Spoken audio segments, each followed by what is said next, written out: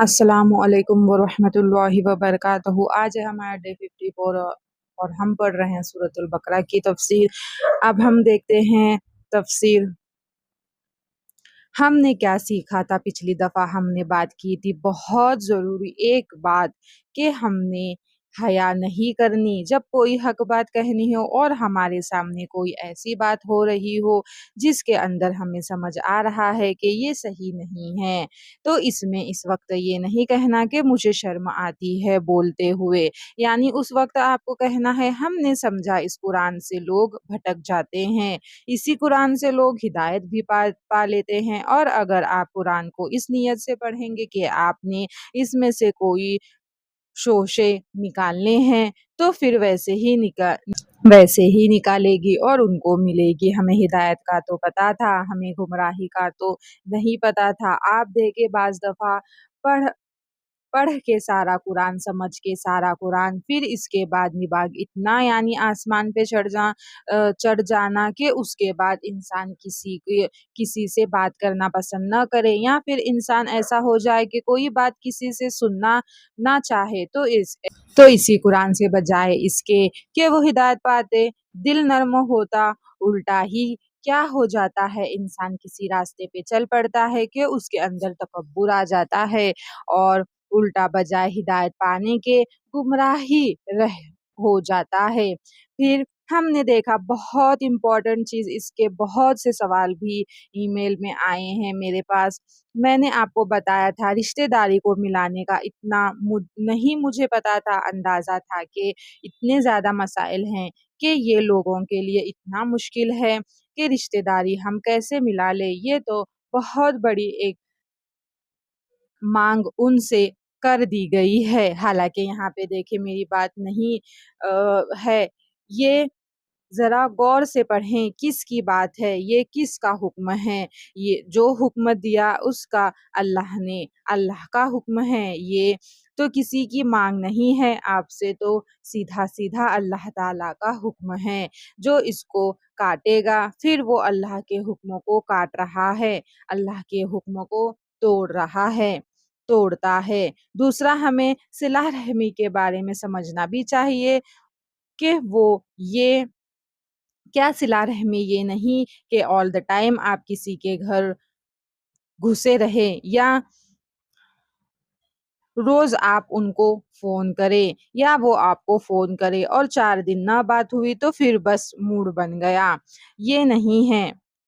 सिला रहमी ये है कि एक दूसरे के साथ कट ऑफ ना करें, जब उसके लिए दुख सुख का मौका हो तो उसके साथ खड़ा हो, जब उसको ज़रूरत हो तो अपने तौर पर पूरी कोशिश करे कि उसकी ज़रूरत पूरी हो जाए, दूसरों का ख्याल रखे, उसकी खैर खबर लिए रखे। जब कट ही देना है तो पता ही नहीं है किसी की क्या खबर रहें। बाज़ लोग कहते हैं हमारे रिश्तेदारों में फलाह और बेवा हो गई, फलाह वो अच्छा घर, अगर उनसे पूछा जाए कि अभी अच्छा फिर उनका कैसे घर चलता है तो कहते हैं पता नहीं कैसे चलता होगा, बड़ा मुश्किल है। इसका मतलब आपने नहीं खबर ली, इसका मतलब आपको पता ही नहीं है।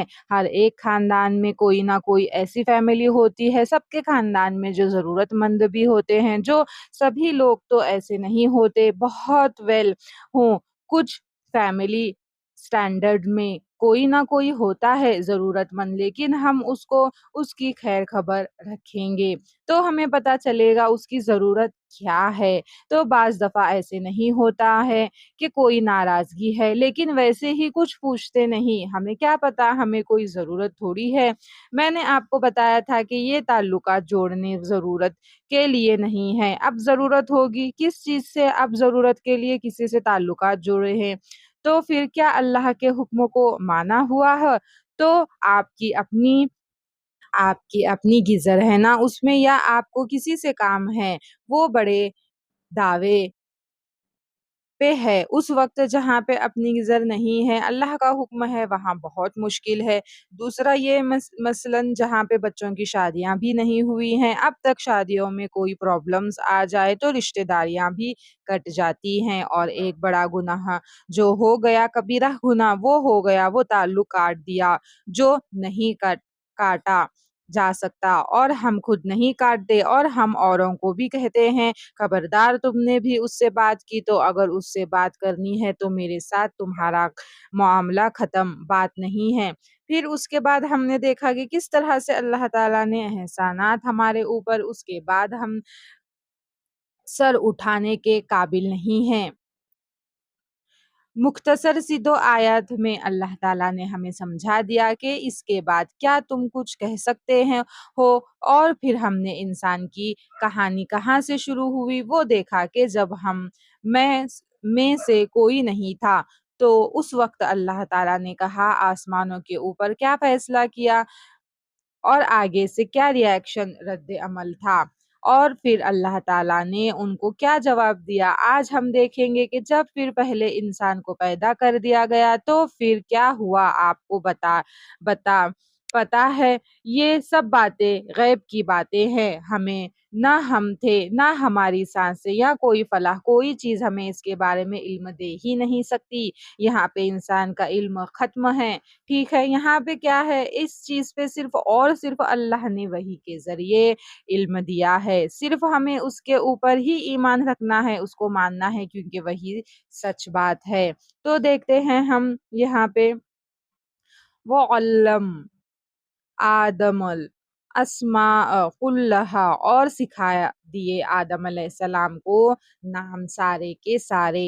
اور اب جب اللہ تعالیٰ نے فیصلہ فرما دیا تو وہ چاہے وہ کرے، دیکھے اللہ کا جو فیصلہ ہے، آگے سے فرشتوں نے یاد رکھ کے اعتراض نہیں کیا تھا، بلکہ فرشتوں کے تو ایک الجھن تھی کہ کسی مخلوق ہوگی، یہ کیسی مخلوق ہوگی، یہ تو بڑا خون بہائے گی، یہ ایسے کرے گی، کیونکہ اللہ تعالیٰ نے بتا دیا کہ خلیفہ ہے، اور خلیفہ کا تو آپ کو پتا ہے نا، وہ والا خلیفہ تو نہیں ہے جو دنیا میں خلیفہ راشدین جسے خلیفہ ہم کہتے ہیں، خلافت بات کرتے ہیں ویسے تو نہیں، لیکن خلیفہ جو ہوتا ہے وہ با اختیار ہوتا ہے، اس کے پاس چوائس ہوتی ہے، اس کے پاس پاور ہوتی ہے۔ تو یہاں پہ اس لفظ سے ہی فرشتے سمجھ گئے تھے کہ اس کے پاس اختیار ہوگا، پاور ہوگی تو یہ کرے گا کیا، یہ انہوں نے سوچا۔ تو جب اللہ تعالیٰ نے پھر آدم علیہ السلام کو پیدا فرمایا، اور آدم علیہ السلام کو کہا جاتا ہے کہ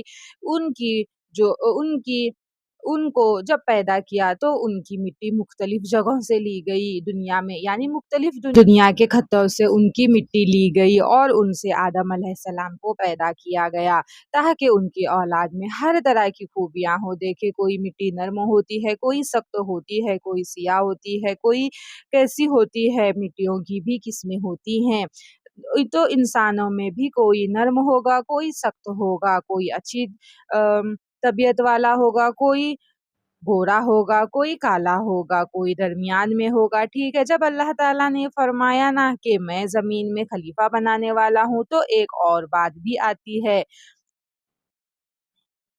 بعض لکھتے ہیں اپنی تفسیر میں آپس میں چرچا کیا کہ اللہ تعالیٰ جو چاہے پیدا کرے، لیکن جس کو بھی پیدا کرے گا وہ ہم سے زیادہ بڑھ کے کوئی بزرگ مخلوق نہیں ہو سکتی، اور ہم سے زیادہ بزرگی والی کوئی مخلوق ہو بھی گئی تو عالم علم میں ہم سے زیادہ پھر بھی نہیں ہوگی، کیونکہ ہم ان سے پہلے پیدا ہوئے ہیں، اور ہم نے تو بڑا کچھ دیکھا ہوا ہے، تو ایسی تو کوئی مخلوق ہو ہی نہیں سکتی۔ اچھا، اب اللہ تعالیٰ نے آدم علیہ السلام کو پیدا فرما دیا۔ کون سا دن تھا جب آدم علیہ السلام پیدا ہوئے تھے؟ جمعہ کا دن تھا، بہترین دن حدیث میں آتا ہے کہ جمعہ کا دن ہے، اسی دن اللہ نے آدم علیہ السلام کو پیدا کیا، اسی دن اللہ تعالیٰ نے ان کو جنت میں داخل فرمایا، اور اسی دن کو ان کو جنت سے نکالا۔ تو آدم علیہ السلام کو اللہ نے نام سکھا دیے۔ کیسے سکھائے ہوں گے اللہ نے آدم کو نام؟ یہ بھی ہو سکتا ہے کہ چیزوں کو ان کے سامنے ظاہر کیا ہو اور ان کو ان کا نام بتایا ہو۔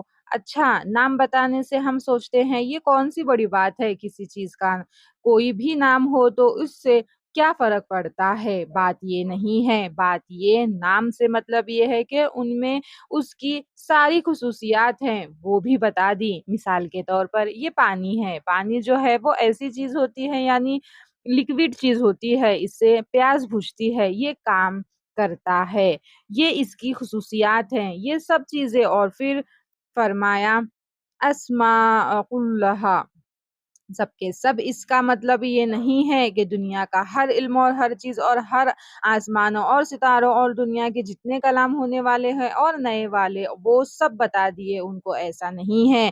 कुल्लहा का मतलब सबके सब, जैसे मैंने हम कहे मैंने सब काम कर लिए, सबका मतलब क्या दुनिया के सारे काम कर लिए नहीं, जो ताल्लुक रखते हैं उनसे।